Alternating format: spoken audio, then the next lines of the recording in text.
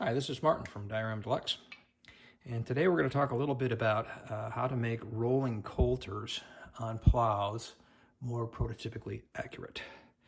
So what a rolling coulter is, there's two types of them. Basically, there's a straight-sided one, which we have here, and there's a fluted one.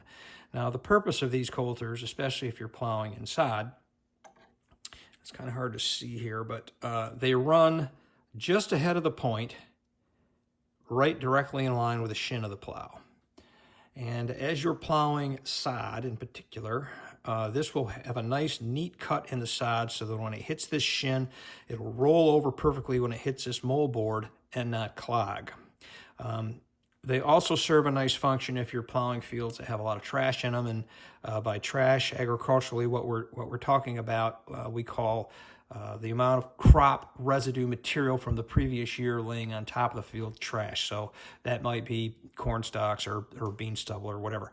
And these rolling coulters, as they go through that trash, will cut it so that it doesn't bind up in here and it rolls nicely off of your moldboard. Okay, so the ones that come on the model plows from the factory are pretty unconvincing. And the reason is, as these rolling coulters go through the soil, they are wearing. And as they wear, they are getting razor sharp all the way around the edge. And these that come from the factory on the model plows are perfectly blunt, right? And there's no wear to them, and there's no taper, and they, quite frankly, don't look realistic at all. So these right here, they're about 45 thousandths, and what I'm going to do is I'm going to try to get that edge down to about maybe 30 thousandths. And I painted these so you can kind of see the progress. So I'm going to take this and I'm going to turn it into a sharpened rolling coulter that looks like it's been running the dirt for 20 years. It's sharp, it's worn out, and by very virtue of that being worn out, it's going to be a smaller diameter.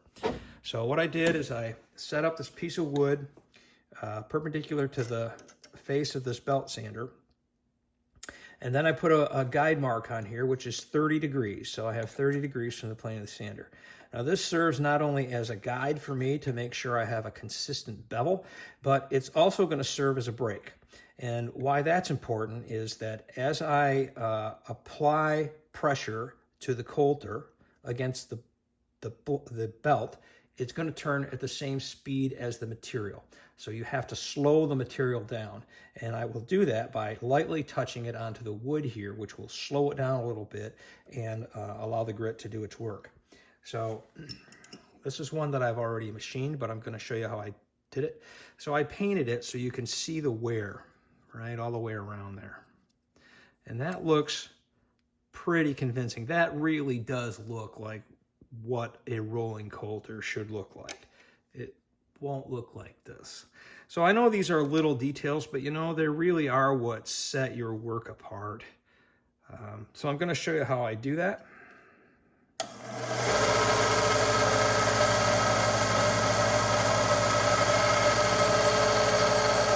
Hold it right against here. I'm using that guide. And I'm slowly touching the wood so that it's spinning just a little bit slower than the belt.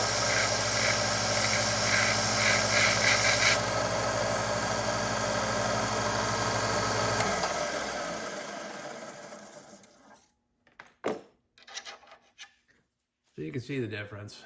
I mean, this looks like a real coulter, and this looks like something off a toy. So it's all these little tiny details that really help make your model believable and are worth all the effort of frogging around with. Hey, thanks for watching.